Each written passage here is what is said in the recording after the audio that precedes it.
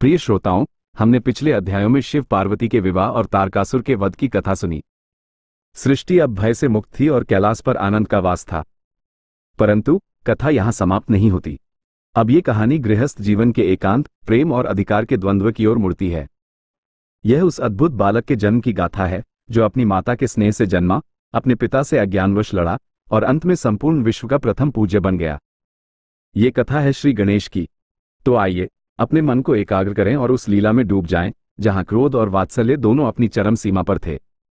अध्याय 21। पार्वती का एकांत और एक पुत्र की अभिलाषा काव्य। जब प्रेम हो पूर्ण तो एकांत भी खलता है, एक निज का साथी हो, ये भाव मन में पलता है। गण थे शिव के, पर पार्वती के अपने न थे, एक पुत्र की चाहत के अब जाग उठे सपने थे। सुनो उस अभिलाषा को जिसने सृष्टि का विधान रचा, जब माता के मन में एक नया संसार बसा। कथावाचक की शैली में कहानी। प्रिय श्रोताओं, कैलाश पर अब शांति थी। शिव अपनी समाधि में लीन रहते और पार्वती उनके ध्यान का सम्मान करती। परंतु जब शिव ध्यान में होते तो पार्वती को अत्यंत एकांत महसूस होता। उनके आसपास शिव के गण जैसे नंदी, भृंगी तो थे, पर वे सभी शिव के प्रति समर्पित थे। पार्वती के मन में यह इच्छा जागी कि उनका भी कोई अपना हो। एक बार जब पार्वती स्नान के लिए जा रही थी तो उन्होंने नंदी को द्वार पर पहरेदारी के लिए नियुक्त किया और कहा कि किसी को भी भीतर न आने दे। तभी वहां शिव आ गए और नंदी ने उन्हें रोकने का साहस नहीं किया। शिव भीतर चले गए। इस घटना से पार्वती को दुख हुआ। उन्हें लगा कि उनका कोई ऐसा सेवक या पुत्र नहीं है जो केवल उनकी आधाजन्य का पालन करे। उनके हृदय में एक ऐसे पुत्र की कामना जागी जो पूर्ण रूप से उनका हो, जो उनकी रक्षा करे और उनके आदेश को सर्वोपरि माने। जिज्ञासा भरा वाक्य। जब पार्वती ने यह दृढ़ निश्चय कर लिया कि उन्हें अपना एक निजी पुत्र चाहिए, तब उन्होंने बिना शिव की सहायता के किस अद्भुत और अलौकिक विधि से उस बालक को जन्म दिया। अध्याय 22। भगवान गणेश का प्राकट्य काव्य। न पिता का बीज था, न सृष्टि का कोई विधान, बस माता के स्नेह से जन्मा एक महान इंसान। हल्दी के उपटन से रचा था एक पुतला, प्राण फूंककर बनाया उसे सबसे निराला। चलो उस क्षण में चलें जब शक्ति ने सृजन किया और अपने अंश से एक रक्षक को जन्म दिया। कथावाचक की शैली में कहानी। प्रिय श्रोताओं, अपनी इच्छा शक्ति को साकार करने के लिए माता पार्वती ने एक अद्वितीय उपाय सोचा।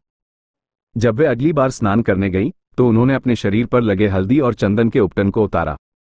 उस उपटन को उन्होंने एकत्र किया और अपनी योगमाया तथा स्नेह से उसे एक सुंदर बालक का आकार दिया।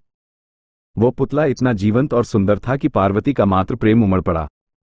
उन्होंने अपनी दिव्य शक्ति से उस बालक में प्राण फूंक दिए। प्राण आते ही वह बालक जीवित हो उठा। वह अत्यंत तेजस्वी, सुंदर और शक्तिशाली था।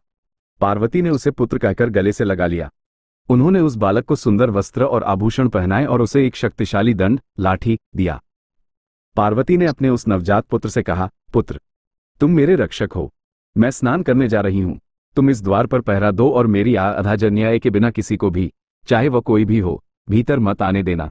जिज्ञासा भरा वाक्य। जब वह बालक अपनी माता की आज्ञा पाकर द्वार पर अडिग होकर खड़ा हो गया, तब वहां कौन आया और उस बालक तथा सृष्टि के स्वामी के बीच इतिहास का सबसे अजीब और भयंकर टकराव कैसे शुरू हुआ।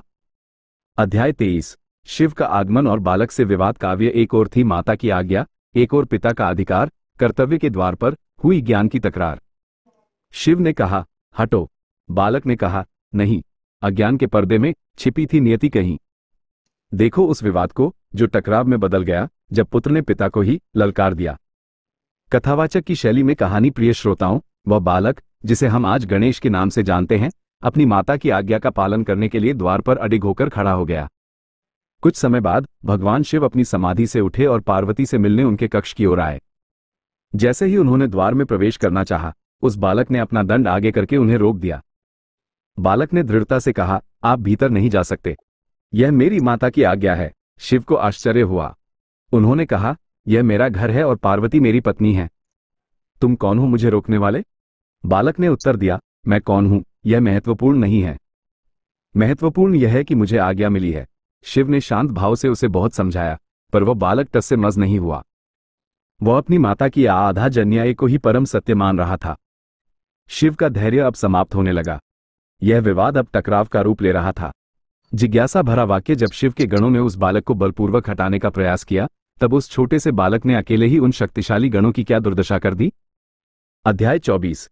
गणेश और शिव गणों का भयंकर युद्ध काव्य। एक बालक की शक्ति ने सेना को ललकारा था, माता का आशीष ही उसका अस्त्र शस्त्र सारा था। नंदी हारे, भृंगी हारे, हारे सब बलवान, उस नन्हे योद्धा के आगे झुका कैलाश का मान। सुनो उस युद्ध की गाथा जिसने देवों को चकित किया, जब एक बालक ने प्रलय का परिचय दिया। कथावाचक की शैली में कहानी प्रिय श्रोताओं, जब शिव ने देखा कि बालक समझाने से नहीं मान रहा है, तो उन्होंने अपने गणों को आदेश दिया कि उसे हटा दें। नंदी, भृंगी और अन्य करोड़ों शिवगण उस बालक को हटाने के लिए आगे बढ़े। पर यह कोई साधारण बालक नहीं था, वह आदि शक्ति का अंश था। उस बालक ने अकेले ही शिव के समस्त गणों से भयंकर युद्ध किया। उसने अपने दंड के प्रहार से लाखों गणों घायल कर दिया। उसने नंदी को उठाकर दूर फेंक दिया और भृंगी को बुरी तरह पराजित किया। शिव गणों की सेना में हाहाकार मच गया। वे सब डरकर शिव के पास भागे और बताया कि वह बालक अजेय है। ये सुनकर देवता भी चकित रह गए। ब्रह्मा और विष्णु भी इस अद्भुत घटना को देखने पहुंचे। अब स्थिति गंभीर हो चुकी थी। जिज्ञासा भरा वाक्य जब शिव के गण पराजित हो गए, तब स्वयं शिव ने क्रोध में आकर उस बालक से युद्ध करने का निश्चय किया। और उस पिता पुत्र के अज्ञान युद्ध का क्या दुख परिणाम निकला। अध्याय 25। शिव द्वारा गणेश का शिर से छेद काव्य। जब क्रोध का अंधकार ज्ञान पर छा जाता है, तब पिता के हाथों ही पुत्र मारा जाता है। त्रिशूल उठा, काल चला, नियति ने खेल रचाया, एक अबोध बालक पर महादेव ने प्रहार चलाया। ये कथा है उस त्रासदी की जो अज्ञान से जन्मी थी, जब शक्ति की रचना शिव के हाथों ही नष्ट हुई थी। कथावाचक की शैली में कहानी प्रिय श्रोताओं, अपने गणों की दुर्दशा देखकर भगवान शिव का क्रोध अपनी चरम सीमा पर पहुंच गया। वो नहीं जानते थे कि यह बालक कौन है। शिव स्वयं युद्ध के लिए आगे बढ़े। उस बालक ने निर्भीकता से शिव पर भी प्रहार किया। देवताओं भी बालक पर आक्रमण किया, पर वह अकेला ही सबसे लड़ता रहा। भगवान विष्णु माया भ्रमित करने का प्रयास किया ताकि शिव उस पर विजय पा सकें। जब बालक विष्णु की माया से क्षण भर के लिए विचलित हुआ, तभी शिव ने क्रोध में अपना अमोघ अस्त्र त्रिशूल उठाया और उस बालक पर प्रहार कर दिया। त्रिशूल के प्रचंड वेग ने उस बालक का सिर उसके धड़ से अलग कर दिया। बालक का निर्जीव शरीर पृथ्वी पर गिर पड़ा। चारों ओर सन्नाटा छा गया। युद्ध समाप्त हो चुका था। जिज्ञासा भरा वाक्य जब पार्वती स्नान करके बाहर आईं और उन्होंने अपने पुत्र का कटा हुआ सिर और निर्जीव शरीर देखा, तब उनके क्रोध और शोक ने किस महाप्रलयंकारी रूप को जन्म दिया। अध्याय 26। पार्वती का रौद्र रूप और सृष्टि का संकट काव्य। जब मां की ममता रोती है तो सृष्टि कांप जाती है। शक्ति के क्रोध से महाप्रलय आ जाती है। अश्रुओं से जन्मी थीं लाखों योगिनियां भयंकर, जिन्होंने ठाना था कर देंगी विश्व को नष्ट कर। देखो उस क्रोध को जिसने देवों को भयभीत किया, जब पार्वती ने संहार का संकल्प लिया। कथावाचक की शैली में कहानी प्रिय श्रोताओं, जैसे ही पार्वती बाहर आईं, उन्होंने अपने प्राणों से प्यारे पुत्र को मृत अवस्था में देखा। उनका हृदय शोक और क्रोध से फट पड़ा। पार्वती का सौम्य रूप अब महाकाली के रौद्र रूप में बदल गया। उन्होंने क्रोध से शिव और देवताओं को धिक्कारा। तुम सबने मिलकर मेरे एक निर्दोष पुत्र की हत्या की है। अब इस सृष्टि को नष्ट होने से कोई नहीं बचा सकता। पार्वती ने अपनी योग शक्ति से हजारों लाखों भयंकर योगिनियों और शक्तियों को उत्पन्न किया, जिन्हें उन्होंने सृष्टि का संहार करने का आदेश दिया। देवता और ऋषि भय से कांपने लगे। सृष्टि पर अस्तित्व का संकट आ गया। सभी ने मिलकर पार्वती से क्षमा मांगी और उनके पुत्र को पुनः जीवित करने की प्रार्थना की। जिज्ञासा भरा वाक्य जब पार्वती किसी भी कीमत पर शांत नहीं हुई, तब शिव ने उनके पुत्र को पुनर्जीवित करने के लिए क्या अद्भुत और असंभव सा उपाय निकाला। अध्याय 27। गजमुख का संधान और गणेश का पुनर्जन्म काव्य। जब जीवन देना हो तो मृत्यु को झुकना पड़ता है, एक नया विधान रचकर सृष्टि को चलना पड़ता है। उत्तर में मिला जो जीव, उसका सिर लाना था, एक गज के बलिदान से जीवन को पाना था। सुनो उस पुनर्जन्म की जो अद्वितीय और न्यारा था, जब गणेश ने पाया गजमुख का सहारा था। कथावाचक की शैली में कहानी प्रिय श्रोताओं, पार्वती ने एक ही शर्त रखी, मेरा पुत्र पुनः जीवित होना चाहिए और उसे सभी देवताओं में श्रेष्ठ और प्रथम पूज्य का स्थान मिलना चाहिए। शिव को अपनी भूल का पश्चाताप था। उन्होंने अपने गणों को आदेश दिया, तुम सब उत्तर दिशा की ओर जाओ। तुम्हें जो भी पहला जीव मिले उसका सिर काट कर ले आओ। गण जब उत्तर दिशा में गए तो उन्हें सबसे पहले एक हाथी गज मिला। वे उस हाथी का सिर काट कर ले आए। भगवान शिव ने अपनी दिव्य शक्ति से उस हाथी के सिर को बालक के धड़ से जोड़ दिया और उसमें पुनः प्राण फूंक दिए। बालक जीवित हो उठा। उसका शरीर मनुष्य का था, पर सिर हाथी का था। इस अद्भुत रूप को देखकर सभी देवता प्रसन्न हो गए। पार्वती ने अपने पुत्र को पुनः पाकर उसे गले से लगा लिया। जिज्ञासा भरा वाक्य पुनर्जीवित होने के बाद उस बालक को गणेश और गणपति नाम कैसे मिला, और सभी देवताओं ने मिलकर उन्हें कौन सा अद्वितीय और सर्वश्रेष्ठ वरदान दिया। अध्याय 28। गणेश को प्रथम पूज्य का वरदान काव्य। अब पूजा का अधिकार मिला और श्रेष्ठता का मान मिला। हर बाधा को हरने का विघ्नहर्ता का नाम मिला। ब्रह्मा विष्णु महेश ने शीश झुकाकर वंदन किया। तुमसे पहले कोई नहीं, यह अटल विधान दिया। चलो उस सभा में जहां गणेश का राजतिलक हुआ और सृष्टि में शुभ कार्यों का नया आरंभ हुआ। कथावाचक की शैली में कहानी प्रिय श्रोताओं, पार्वती की शर्त के अनुसार अब उस बालक को देवताओं में श्रेष्ठ पद देना था। भगवान शिव ने उस बालक को अपना पुत्र स्वीकार किया और उसे समस्त गणों का अध्यक्ष ईश नियुक्त किया। इसी कारण उनका नाम गणेश और गणपति पड़ा। इसके बाद ब्रह्मा, विष्णु और इंद्र सहित सभी देवताओं ने वरदान दिया, हे गणेश, आज से इस सृष्टि में कोई भी शुभ या मांगलिक कार्य, चाहे वह पूजा हो, यज्ञ हो, विवाह हो या कोई भी नया आरंभ, तुम्हारी पूजा के बिना सफल नहीं माना जाएगा। तुम सर्वप्रथम पूज्य होगे। जो तुम्हारी पूजा पहले करेगा उसके सारे विघ्न, बाधाएं दूर हो जाएंगे। इसी कारण गणेश विघ्नहर्ता कहलाए। इस प्रकार अपनी माता के प्रति कर्तव्यनिष्ठा और बलिदान ने गणेश को सृष्टि का सबसे सम्मानित देवता बना दिया। जिज्ञासा भरा वाक्य। जब गणेश और कार्तिकेय दोनों भाई बड़े हुए तो उनके विवाह को लेकर देवताओं के बीच एक अद्भुत और ज्ञानवर्धक प्रतियोगिता कैसे हुई। अध्याय 29। कार्तिकेय और गणेश की विश्व परिक्रमा प्रतियोगिता। काव्य। एक ओर थी गति, एक ओर थी गहरी बुद्धि, विवाह की शर्त पर हुई ज्ञान की शुद्धि। कार्तिकेय ने नापा जग, मयूर पर होकर सवार, गणेश ने माता पिता में देखा संपूर्ण संसार। सुनो उस प्रतियोगिता को जिसने सत्य को प्रमाण दिया और बुद्धि को बल के ऊपर सर्वश्रेष्ठ स्थान दिया। कथावाचक की शैली में कहानी प्रिय श्रोताओं, जब गणेश और कार्तिकेय विवाह योग्य हुए तो ये प्रश्न उठा कि किसका विवाह पहले हो। यह निर्णय करने के लिए एक प्रतियोगिता रखी गई। जो कोई भी संपूर्ण ब्रह्मांड की परिक्रमा चक्कर लगाकर पहले लौटेगा उसी का विवाह पहले होगा। ये सुनकर कार्तिकेय तुरंत अपने वाहन मयूर पर बैठे और ब्रह्मांड की परिक्रमा के लिए तेज गति से उड़ चले।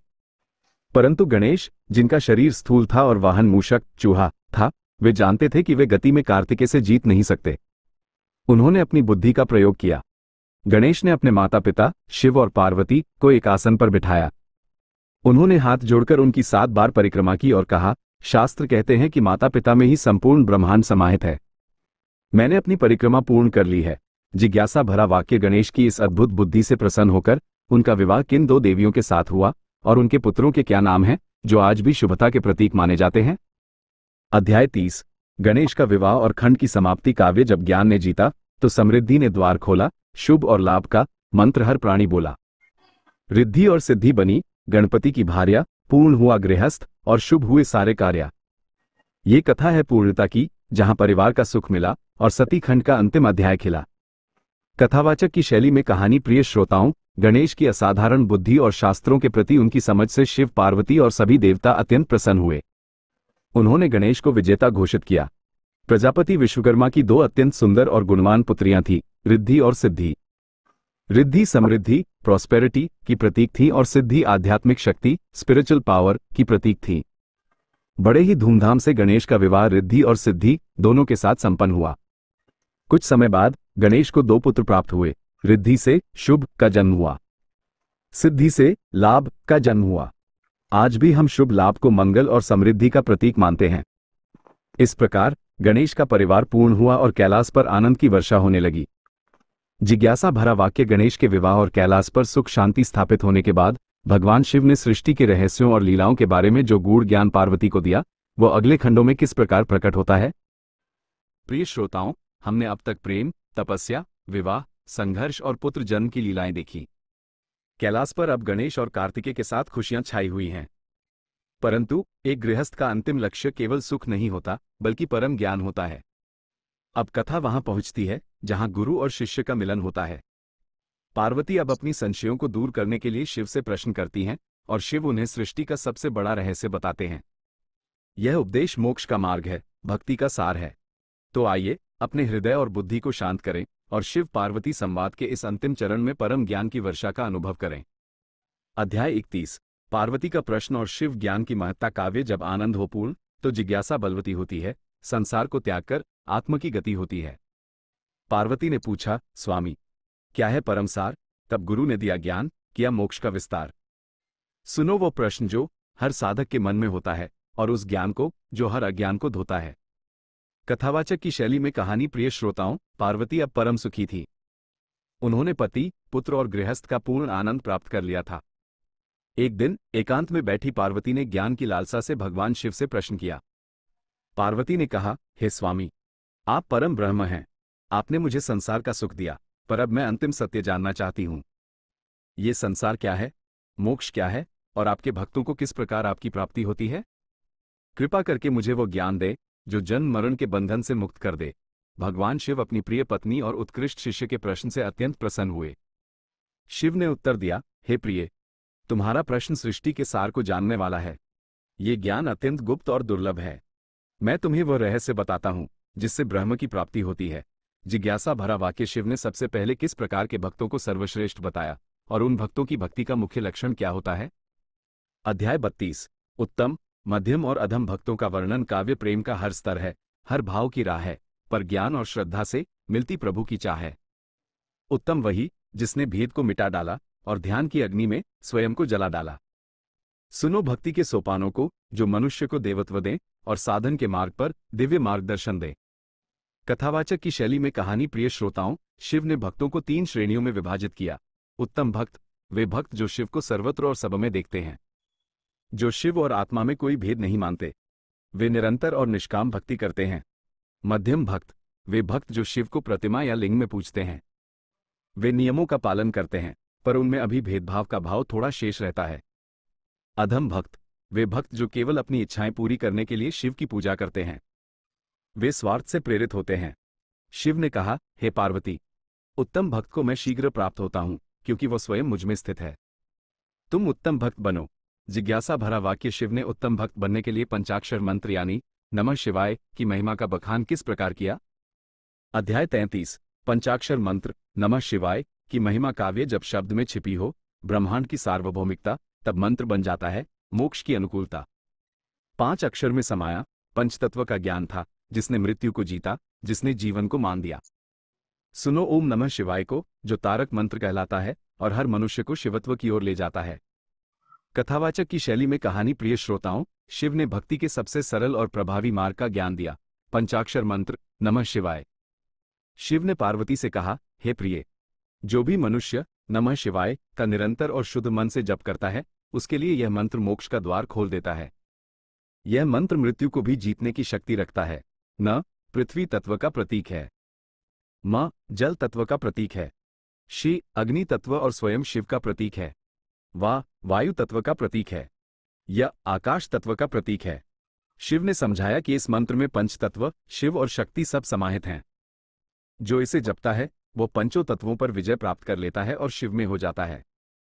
जिज्ञासा भरा वाक्य भक्ति के साथ साथ शिव ने ज्ञान के किस गूढ़ रहस्य का उद्घाटन किया और वह रहस्य ब्रह्म और आत्मा के संबंध को कैसे समझाता है। अध्याय 34-42। एक सार में ज्ञान, योग और मोक्ष का उपदेश। ये अध्याय मुख्य रूप से उपदेशात्मक हैं, इसलिए इन्हें एक साथ शिव ज्ञान के सार के रूप में प्रस्तुत किया जा रहा है। काव्य ज्ञान की गंगा बही, मोक्ष का मार्ग मिला, योग की समाधि में हर संशय पिघल गया। शिव ने कहा, तुम मैं हो, मैं तुम ही हूं नित्यानंद। द्वैत मिटा, अद्वैत हुआ, टूटा हर बंधन और द्वंद्व। सुनो सार को, जिसने जीवन को सफल किया था और पार्वती के सती खंड को पूर्ण किया था। कथावाचक की शैली में कहानी प्रिय श्रोताओं, पंचाक्षर मंत्र की महिमा बताने के बाद भगवान शिव ने पार्वती को परम ज्ञान वेदांत का उपदेश दिया। ज्ञान का स्वरूप। अध्याय 34-36। शिव ने समझाया कि ये दृश्यमान संसार जगत मिथ्या अलूसरी है, केवल ब्रह्म ही सत्य है। आत्मा, जीव और परमात्मा ब्रह्म शिव एक ही हैं। ये भेद केवल अज्ञान माया के कारण दिखाई देता है। जिस प्रकार जल और बर्फ अलग नहीं है, उसी प्रकार आत्मा और शिव अलग नहीं है। योग और कर्म का महत्व। अध्याय 37-39। शिव ने कहा कि ज्ञान की प्राप्ति के लिए योग आवश्यक है। राजयोग और हठयोग से मन को स्थिर किया जाता है। निष्काम कर्म ही ज्ञान का आधार है। सभी कर्मों को फल की इच्छा त्याग कर शिव को समर्पित कर दो। निर्गुण और सगुण रूप। अध्याय 40-41। शिव ने कहा कि मैं निर्गुण, बिना गुण वाला, निराकार, बिना आकार वाला परम ब्रह्म हूं, पर भक्तों के कल्याण के लिए सगुण रूप आकार सहित धारण करता हूं। शिवलिंग मेरा निर्गुण निराकार रूप है और यह सबसे श्रेष्ठ है।